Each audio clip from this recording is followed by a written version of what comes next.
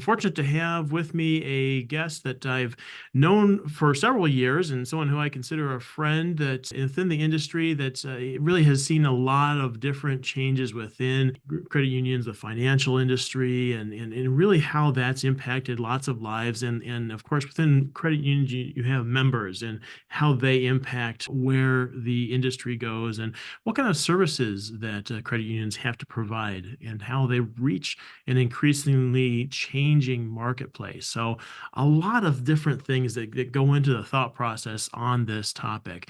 But before I get too far, let me welcome to the show Brent Fisher. Brent, welcome. Oh,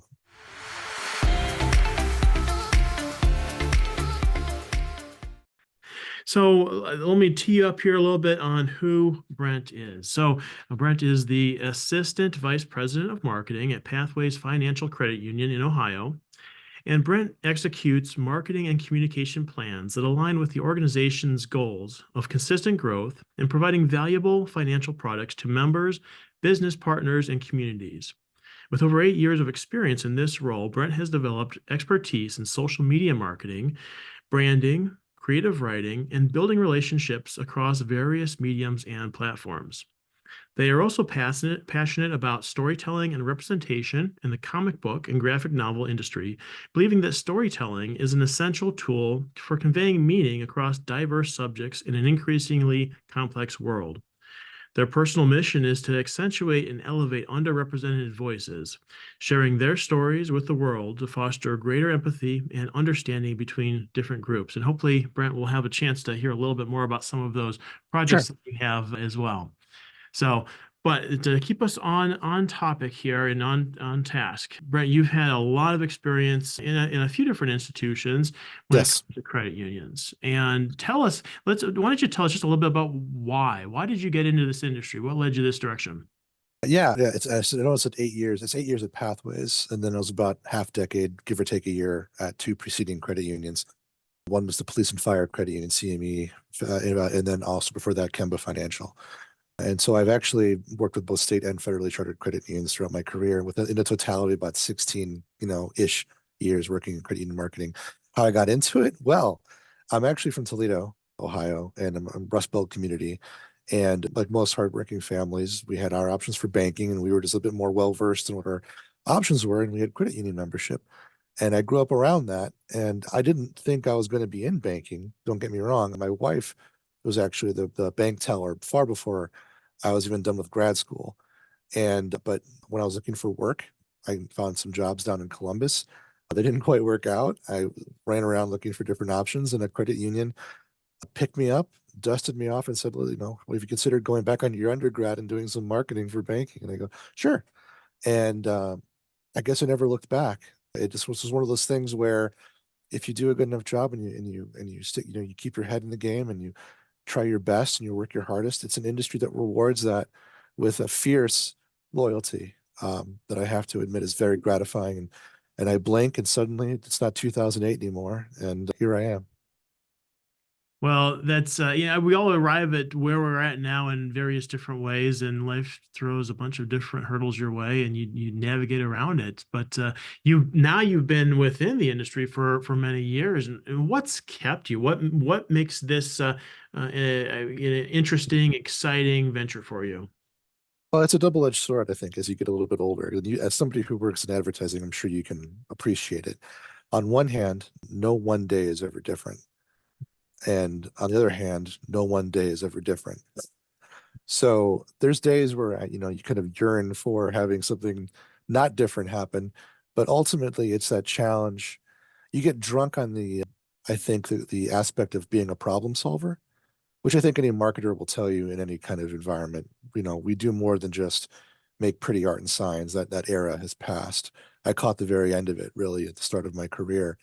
And now we are there as a stakeholder alongside other departments in a broader endeavor to garner the attention of an ever diverse audience that has an ever shorter attention span.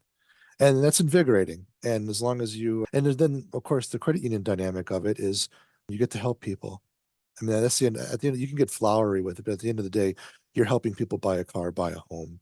And oftentimes, as much as we like to try to give people informed about the advantages of credit union membership, they find out about us after the banks let them down, or they can't help them, or they won't help them. And that's, I guess, the most rewarding aspect of it. Yeah, you certainly need to have that with any kind of position, the ability to help people and help them reach whatever goals they're reaching for. Yeah, it's not just a selling point. We're lucky that that is the selling point, Mhm. but it really is the mandate is we're here to, and we wouldn't even be here without our membership. We're not for profit. We keep the lights on. We pay my paycheck, but at the end of the day, that money goes back into the pot to make living more affordable for people as best we can. So, Brent, you've had a chance to see the marketing and the communications aspect of this industry change in quite a bit over your years, and we all know if you've even had 10 years within this industry, it's almost changed completely in a lot of different ways. What have you seen that has most impacted credit unions when it comes to the marketing side of things? How has that changed, and what's been your perspective on that? Uh, if I could condense it down to one thing, and it's because this is going to encompass quite a bit, but when I started, I caught the tail end of an era of marketing which was already in flux. I mean, the internet was already there. The smartphones were just starting to become more of a thing. Um, but you could still go out at the end of the day and you know what your job was. You bought marketing, you bought advertising on billboards, you bought well, if you had the budget for it, you'd put ads in the phone book, Mhm. ads in the suburban newspapers, if or the larger ones if you had a budget for it. You made the website pretty, you made the website accessible, which was still kind of in its infancy compared to what we have now. And we were just starting to get into a situation where you had CRM solutions. In fact, I would almost argue to say that I was probably in the vanguard of what we have now, comparatively, even though we've slowed down. And having in banking, we have intimate knowledge of our constituent, membership slash customer base for those who aren't acquainted with our terminology. And so that was handy to kind of brace myself for what has become group focused, niche focused marketing, journey focused marketing that we have today. But yeah, now it's all you have to be kind of an expert on SEO, SEM. I know you can hire to people into your department that specialize in those roles, but if you're on a limited budget institution, which a lot of community banks are and community credit unions, you have to kind of know a little bit yourself in order to wear 8 different hats. And that was the biggest shift. Yeah, but in fact, I barely do direct mail. I barely do advertising buys, mostly investing most of my resources into digital marketing solutions. And that's just the hugest transition. And part of what's happened in that change is we can now really target who we're going after when it comes to our messaging, as opposed to, of course, the phone book went to everyone that Yeah. received the phone book, once a year, and that would, arrive on your doorstep or whatever it may be. But now we have the opportunity to talk to people on more of a segmented basis, or even sometimes a one-on-one basis, depending on where they are in their life's journey. Mhm. And which, I mean, do you think it's better now? Do you like the environment? I mean, I feel like it's more challenging if there's more opportunities, but what's your take on it? I think it is invigorating. I really do enjoy it. I just think it takes a lot more out of you. It only in the sense, in the sense that you need to really be up to speed on where the audience is. Because you mentioned the phone book, and I know it's a really quippy anecdote to make, and that's why I made it. But that you did it because that's where people were. They were still, you advertise where the faces are. And now it's TikTok, despite all the, cultural zeitgeist, surrounding it. And, now it's social media. Now it's someone searching for what they're looking for. And even the nature of searching for something's changed. And that's interesting because you need to get in people's heads to understand, like, we need to explain, like, no, in the younger generations, like if it was like elder millennial, Gen X, they're looking to buy a car, you know, they get it cross advertised to, they see it, they explore, they go. Then there's Gen Zers and even the younger demographics that are just becoming adults.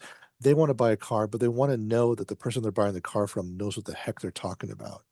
So you need to incorporate a value add into your marketing that helps explain and convey competency. So not only are we going to be able to facilitate an auto loan for you, we need to prove to you that your auto loan is safe with us, that your money is safe with us, and we know what we're doing. And that needs to be part of the marketing package as well. And that's an evolution from that shift. But yeah, I'd say it's exciting to have to kind of stay on your toes and pivot on a dime almost compared to it changes almost every other year as opposed to every 5 or every 10. So if you were talking to yourself when you were just getting started in the industry, looking back on it, what kind of advice would you give to your younger self or anyone else out there that is just getting started within the marketing side for credit unions? If I think schools are doing probably do a really good job contextualizing the way things really are now. Maybe they're not. Sometimes they don't, depending on the academia involved. But let's say you don't know anything about necessarily what it's quote unquote really like out there in the advertising space, marketing space. I would say that the era of being able to just sit at your desk, know exactly what you're going to do and how you're going to do it, and how much it's going to cost is over. You're not just going to be sitting there doing a design work. You're not just going to be sitting there doing negotiating with a radio buyer. You're not just going to be sitting there, you know, getting out your ruler in InDesign or Illustrator or Photoshop or Canva now, because there's an excellent example of evolution of design in the microcosm. I spent my entire career familiarizing myself with Adobe products, and I'm using Canva for 90% of my stuff. But you just you can't sit still. You have to be prepared to constantly learn. You are going to be challenged both institutionally and externally to be present and open-minded about where people are now and how to reach them, because there is no room for, and I don't want to make complacency sound like a bad thing, because I think it can be good to be comfortable in the skin you're in and being able to know what your role is and to be able to execute it competently. But I just don't think that's there anymore. So the one piece of advice would be is prepare for a job that'll be constantly evolving to the point of almost being unidentifiable or unquantifiable. It's other duties as described in the context of reaching people and getting them in the door. Prepare for flexibility Yeah. or may come down the path. It's an interesting field to be in, and I think this relates to a lot of different industries. If you're listening to this, and you maybe you're not within a credit union or a bank or something of the like, and I think that's good advice. Probably no matter where you're at, as we see things changing right now. Credit unions have a unique they're in within a unique industry in which there is a communication to different audiences. For those that aren't familiar with how credit unions are structured and the Mhm. relationship to managers, Brent, can you give it just a little bit of a background on that relationship and how much members have a play and part within where the credit union goes? And then I'd like to talk a little bit about how that affects how you talk to your audiences. Yeah, I'll try not to bore everybody with a history lesson because there's different starts to what constitutes the credit union movement, even in the United States. But the long story short is that we are just like banks. We function roughly the same way. The only critical difference is that we do not have shareholders and customers. We have members who own us. And in its infancy, this was often done by a group of people who were working at the same place or in the same field of work. We were under the auspices of I think, the Farmers Bureau back during the Depression.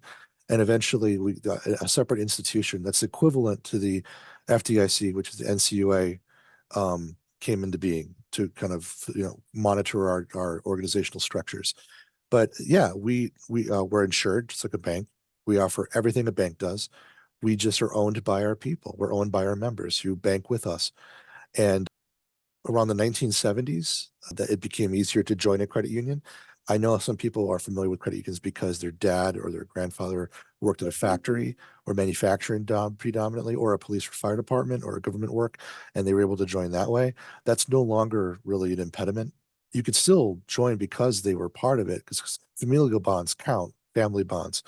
But if you live, work, worship, or within a certain given geographical footprint of the credit union, and even that's becoming more uh, loose. Usually we can do county structure now. It really depends credit union to credit union, but it's never been more easier to join. And really, Usually the entry fee, quote unquote, is just not really a fee at all. It's just putting $5 in your savings account to get started. And the biggest benefit is we have better rates usually on loans, better returns on your savings, fewer fees, and fewer impediments to getting what you need to survive in terms of saving up or getting a loan for a needed item like a car or a home or a home equity loan. But we do all of those things and we're accessible to everyone. And I think that's kind of the short notes version of everything. We were born out of the working class.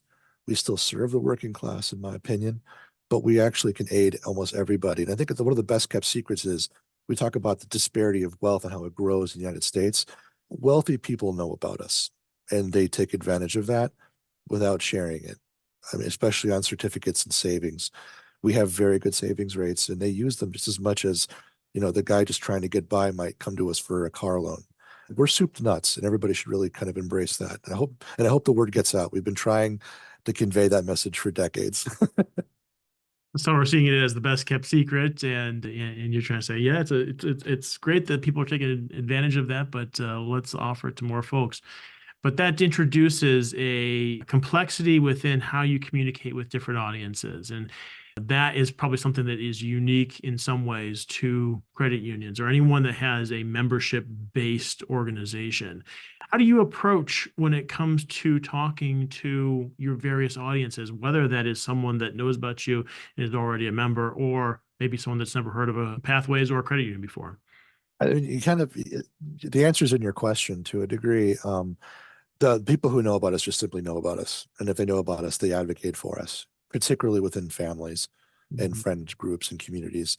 I think we also have a really nice presence within the various diasporas of immigrant communities and expat communities because they usually have a credit union tradition where they're coming from or something equivalent to that. Europe has a different history with credit unions, but they also have more communal-based banking solutions depending on what country they're a part of. And what else? I believe also that if the greatest crucible we've ever kind of gone through as an institution has been trying to convey what a credit union is, and that still will be our greatest challenge. Mhm. And the way we try to reach out to those people is exactly what I said. We're member owned. We wouldn't exist without you. Better returns on investment, lower rates on loans. So you don't have to pay it as much. Save money on your loans so you can put more into savings. And when we're here for you, and we're local, we were not some agency or group or shareholder out of New York or something like that. We're owned by your neighbors because we are your neighbors. I think that's something that most credit unions share. And I don't maybe know the absolute answer to this, but there is a sense of locality to most credit unions throughout the US. Is that correct? Yes, we are kind of everywhere. And in order to kind of like, let's say you want to, well, Bank of America be like, well, we have branches and ATMs all over the place. The way we get around that is Mhm. we have a networked thing called co-op shared branching, Mhm. where you could walk into a credit union that's participating in co-op shared branching. Not all do, but most do. And you could check your balance, take out money, pay a loan even from almost any branch. You could walk into that branch. You could be on the other side of the United States and walk into a branch that's participating, and it would be just like walking into one of our branches if you were home. Yeah. Yeah. Well, so how do you educate you people that don't know much about pathways? Is as you mentioned, there's always a learning curve for those that don't know if they fit. Mhm. A lot of people I think maybe that are familiar with credit unions know that there is sometimes, as you talked about, the an industry that is a similarity between its members. So first thing is you need to tell people that this is open to you if it is, Yes. right? So what's your approach on that for those that just don't know, well, what's Pathways all about? And can I get over that hurdle quickly enough to say, yeah, I'm interested? I don't think there is a magic bullet. We've been trying to find one for a very long time. And I think part of the challenge is the loss of various home economic and attributed skills in education. Mhm. I don't think we have a lot of financial awareness as part of most curriculums now. And what little we do have, and I don't mean to say there's some kind of like conspiracy or anything, but we have a cultural reinforcement within our system that says banking is only private banks. We from advertising when they're very young on television, going through school, and you talk about, having a checking account, or if they talk about it at all, it's always done in the context of having big banks take care of you. There's no voice of the credit union in those development periods. And I think that so it's an uphill battle because we're talking to adults predominantly, and even though we're trying to get into the youth, and I think we're doing a better job there, and I'll get to that part. Mm, But for adults, they've been conditioned to not think of credit unions. mm. And when they do, it's through these isolated pockets of like my uncle worked at a factory or something like that. And it's hard to have those conversations as the attention span time dwindles. And so the best we've been able to reach them, and this is also includes being able to reach youth. I think we finally have an opportunity with where we are now with digital media. I think if we create more accessible, relevant, and relevant doesn't necessarily always mean value. It can be something silly and dumb, but if it garners attention, TikTok, Instagram, Vanguard solutions like Snapchat and all the others, if we reach them there, and because especially as they're hitting that kind of like, because Gen Z's starting to enter the workforce now in earnest, Mm. and they're still using the tools of their relative youth, which is these communication channels. And if we show them that, hell, turns out you do need a car now, huh, buddy? Or you know what, you just met this person and you want to start thinking about maybe settling down a little bit. First condo, maybe. Well, heck, what do I do now? I mean, my parents bank at blank, blank, blank. But I don't know. They always seem so upset with them, or it seems so cold and distant. What are my options? And all of a sudden they're flicking through Snapchat or TikTok, and here's this meme ad that something something's federal credit union put out that what, oh yeah, what they offer, what makes them a big deal. And I'll follow them and learn a little bit more, and it's working. And you're seeing it in some of the larger credit unions that have a bit more nimbleness to pivot and make that kind of content. And I think we're starting to do it here at Pathways too. And once you start reaching the audiences that way asymmetrically, that's our way in. I don't think we had it in the 80s because we were too busy trying to, reach normal advertising. We shouldn't be doing that. We should advertise as uniquely as we are unique. And the channels that we have at our disposal now, as opposed to the 80s and the 90s and the early aughts, is the time to strike. So I think the opportunity is now through those kind of methodologies. And the opportunity is something that is essential to the longevity of credit unions to be Mhm. able to reach the younger audiences. Right now we're seeing main brands, or like we're talking big brands that are using shock advertising messaging Mhm. to be able to get in front of younger audiences. Nutter Butter, we've talked about that at times and what they're doing on some of their channels. I saw recently the Crocs is entering that kind of the same atmosphere of doing just wild, it's almost like art pieces to some extent. And how I think that when we talk about institutions that deal with people's financials, it oftentimes gets more conservative. What do you think for the credit union industry in general? How much does it need to push the lever on let's go wild and crazy so that we can attract a younger audience? I think it's inevitable. I think we're chasing a zero-sum game right now. That's necessary with merging. We should Mm, have merged like 10, 15 years ago, like the rest of banking did, but we didn't because we have fierce identities, which is a good thing. Having a fierce identity means you have a fierce voice. mm, And unfortunately, culturally, though, we're very conservative because it's banking. And it's not just banking, it's banking with a certain veneer of respectability to it that's hard to articulate because we are here to help people and we truly believe that. And there's a genteelness to the way we execute our affairs and our corporate voice. And it's hard to break out of that genteelness because we often unintentionally use it as a cudgel against innovation. Now, that isn't to say we're not innovative internally. Like you see a lot of credit unions embracing new technologies. That's to stand out. That's not to change our brand voice. That's not to reach people per se. It reaches them mechanically, but we're not reaching them holistically. So I think that if, the biggest challenge is letting our hair down. And I think if we're starting to get there, we're having more like advertising sessions as an organization, as an institution with like our national and regional organizations to talk about these things. But if you really went out there and looked, the most successful credit unions are the ones that, in my opinion, find a way of finding a balance between not necessarily, not sounding irreverent, but balancing, we're here, we know what we're doing, we still care about you, but also being a little funny, being a little human, letting a little bit of the jovialities of what the internet inevitably does to things, the memes and whatnot, and interjecting it. But authenticity, which was a huge buzzword about 15, year, 10 years ago or so, with millennials when they were younger, that's coming back again, and that it's not being trite anymore, because I don't think anyone really got authenticity correctly. But now we're entering into a space where it's almost unavoidable. I think maybe authenticity is the wrong word. Maybe earnestness is what we need. And as long as you do this with earnest integrity and your silliness is really born from something genuine, you can synergize those two attributes and they can coexist and you'll get the audience you need. But there's a lot of credit unions out there that are doing it and they're doing a really good job.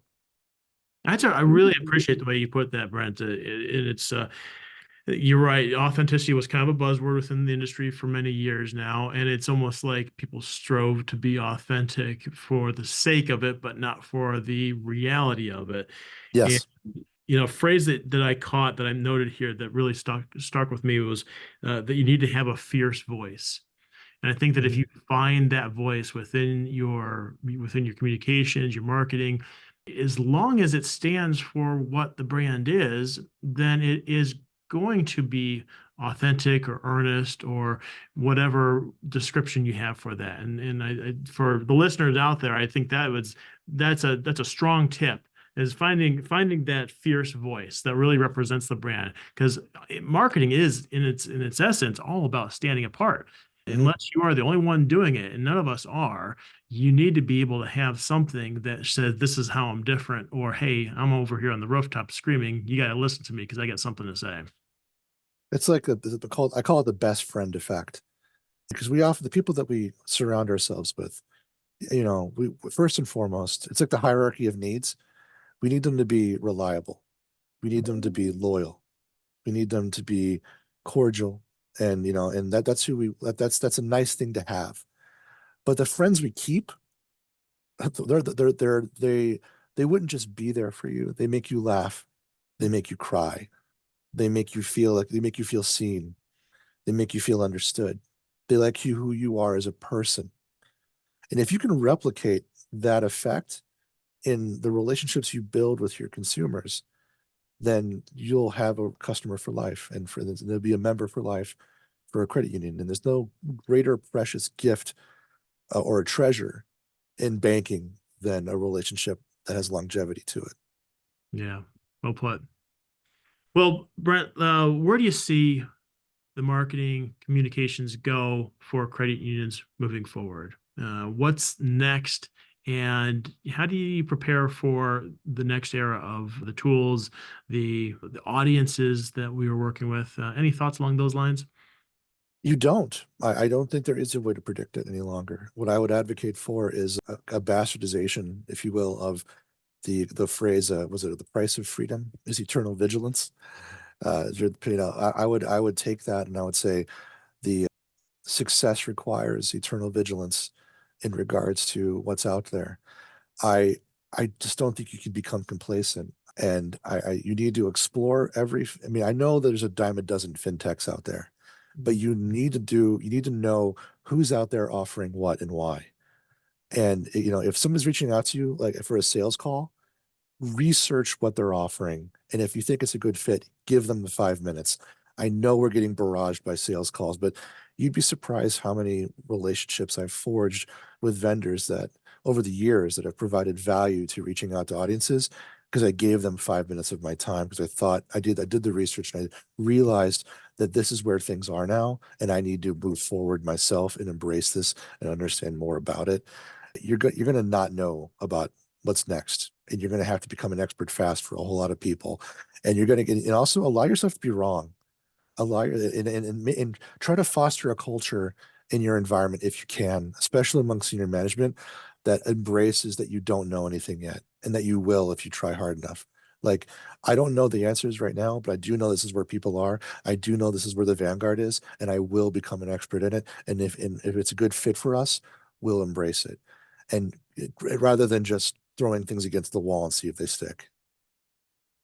A good advice, and it comes down to if I'm hearing you correctly, if you understand your brand voice and you understand what you're trying to accomplish with it, then there is not, we've talked about TikTok, we've talked about Snapchat and email marketing and Mhm. everything that's out there. And there's a lot of people that are going to be listening to this saying, okay, what do I use?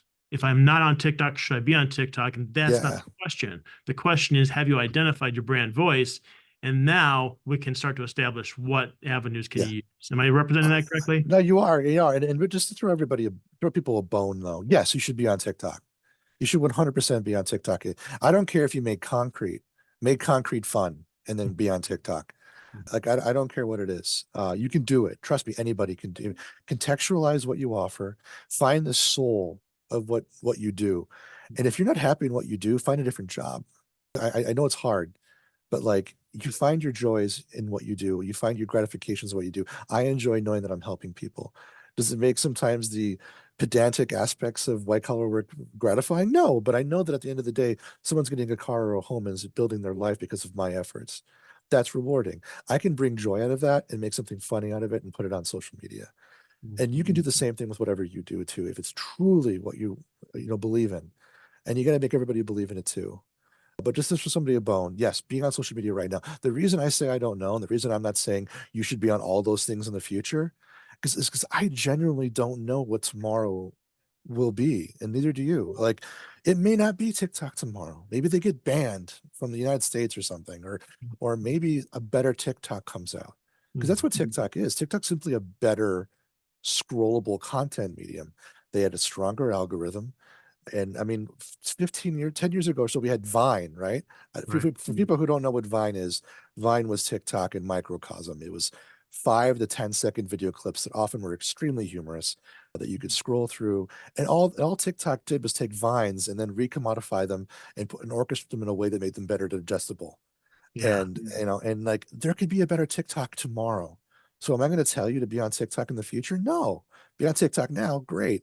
What I'm telling you is to be excited about what you do, find the joy in it, convey meaning in it, and then use whatever medium is currently at people are looking at to wave your hands and shout and say, hey, you know what?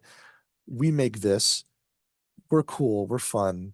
This is why working with us, it might be worth your time, and just shove it out there and keep doing it. And then follow it, track it if you can with metrics. KPI is great.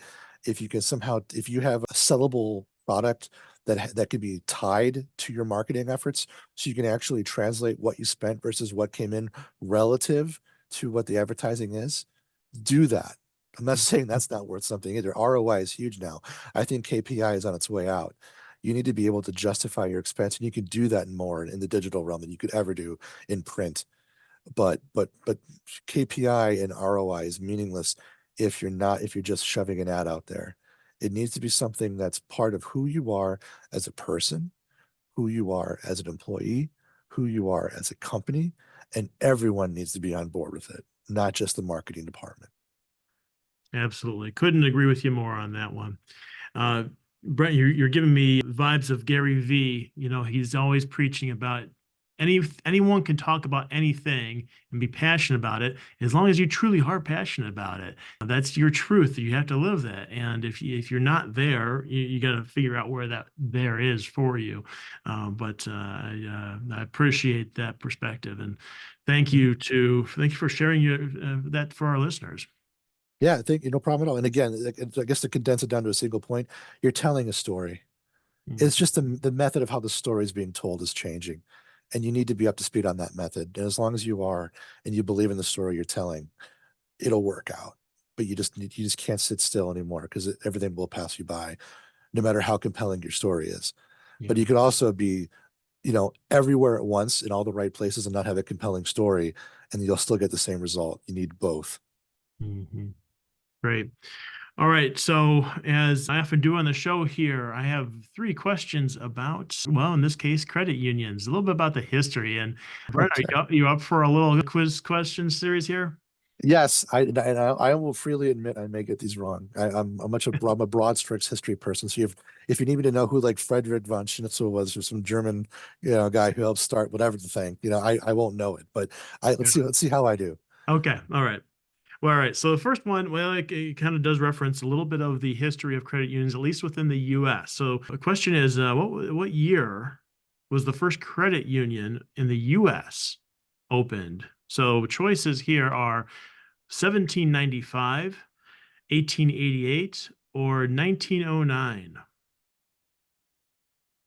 Credit unions were predominantly an extension of manufacturing labor, or at least organized labor in some way. So I would probably go with the late. What were the dates again? Yeah, 1795, 1888, or 1909. The last two. It's one or the other.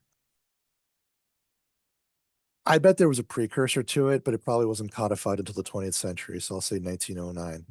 And that is correct. So well done. Yeah. So interestingly enough, from my research, the credit union started in Germany, and that was in the Yeah. 1850s. Yeah. Yeah, I know it was a German fellow, but it Yeah. was and I think he came over, or one of his students came over, and that's what kind of evolved into credit union movement here. Yeah. That sounds right. Okay. So good start here. So let's get a little bit more local. So we're talking the first name of the first credit union in Ohio. So here are the three options for that one. A, Okay. was it the Great Buckeye Pipe Cutters Credit Union in Columbus? Was it B, St. Mary's Bank Credit Union in Dayton? Or was it C, Rubber City Credit Union in Akron? It could literally be any one of those, because St. Mary, you can't throw. I mean, I'm from Toledo, but Dayton's about as bad. As Catholics coming all out of the woodwork, and I'm a Polish immigrant Catholic, raised Catholic, and so St. Mary's seems plausible. The Rubber City one sounds plausible too. You know what though? Since I'm in Columbus and my background is in actual maritime trade, I'm going to say pipe cutters, only because of the more industrial aspect of it. Well, I tell you what, if you'd gone with your gut with St. Mary's, that would have been correct. Oh, It was St. Mary's from Dayton. Although I did love the Great Buckeye pipe cutters because we're here yeah. in October and I'm thinking like, wouldn't it be great if that we had in Ohio, like you went and worshiped the Great Buckeye, just like the Mhm. Great Pumpkin and Charlie Brown series. Yeah, churches were actually a huge part of some of the early amalgamated efforts to Hmm. do credit union stuff. Most of my knowledge is in like the farming aspect of it and the government work. That's really cool though. I didn't know that. All right, so the last question here, and this one could be an absolute guess, and it has to do with about how many credit unions actually exist right now in the US. So the three options I have for you here is A, 4,500, B, 6,700, or C, 9,900, just in the US. Any guess? Well, it all seems very low. But are we talking federal or state chartered or both? You know what? I'm not sure. I'm not sure. Ah, Yeah, let's see. what are the Now you've got what, an out. what are the numbers again? 4,500, 6,700, or 9,900. That's about right. Actually, if I was to do it, not actually 99 might be too much. I think last I checked, there was about 5,000. And I know we're going down, not up, which is a whole different. You got to invite me back. We need to talk about. There's a whole movement about trying to get people to start credit unions again, because they totally can. It's Yeah. all just capitalization efforts and things like that. I'd say 4,500. And you're correct in that. Just a touch above 4,500 in the right now. Yeah, So I think that's both then. Yeah, state and federal. you got it. Yeah. All right. Well done. Thanks for playing along. And that was not too shabby at all. Well, Brent, as we close up the episode, I want to give you a chance to talk just a little bit about what you're doing on the creative front. And if those people want to hear from you and get in touch one way or the other, talk to us a little bit about those two aspects. Just how to get in touch with me generally. Well, tell you what, give us a sense for if you'd like a little bit about what you're doing creatively. Oh, okay. On the side, I am a comic book writer, editor, and publisher. Mhm. I work with a fellow named Marcus Jimenez, and we have a small project. It's just the two of us called Dauntless Stories. And we help fund and fulfill. Sometimes we write them ourselves, sometimes we help others. Comic book stories, novels, graphic novels, and comic books themselves, like a loose kind you'd have in a store rack. And we just really believe in elevating underrepresented voices in storytelling, so usually from marginalized communities, and but also sometimes just people who we think are worthy of being heard out. We really believe that storytelling is a compelling way of reaching people, of conveying meaning, of developing empathy, of developing context. I think if there's one word that I think I cherish more in both professionally and personally, it's the word context. I think context is key, and I think context is the delivery mechanism of empathy. And I feel that we don't have enough of that around, especially as becoming more diverse and divisive as a society globally and domestically. And we do fantasy, science fiction, you name it. And as long as there's a message attached and it's done in a stylistic way that's evocative of old Hollywood, we like to really make sure our stories are grand in scope. And you can find us on Twitter and on Instagram and web under just search for Dauntless Stories, and you'll find us. And also you can find me at brentfisher.net. I also work independently of that. I'm the creative director for Dauntless, but I also do my own stories for the anthologies and editorial work for to help people out with their stories. And yeah, and it's brentfisher.net. And yeah, I'm in a whole bunch of different collected volumes. I'm trying to crowdfund a few right now. But it's really worthy endeavor. It's the way I stretch my legs when I want to take my banking hat off at the end of the day. Yeah, and I've had a chance to read a lot of your pieces and a lot of publications you're putting out there. It's really worthwhile. So I hope that our listeners will have a chance to check that out. And of course, if you are in the Ohio region and interested in pathways, so you can certainly go to one of their locations and get started there. All right. Yes. Yeah. Good, good. Okay. Brent, thank you again for being on the show. Oh, it was a pleasure. It's always a fun talking to you, Kurt. So once I realized there was a podcast attached, I bludgeoned my way onto the guest list and was glad my name came up. Hey, wonderful. And listeners, thank you again for tuning in to this episode of 3 for 3. We'll catch you next time. Bye.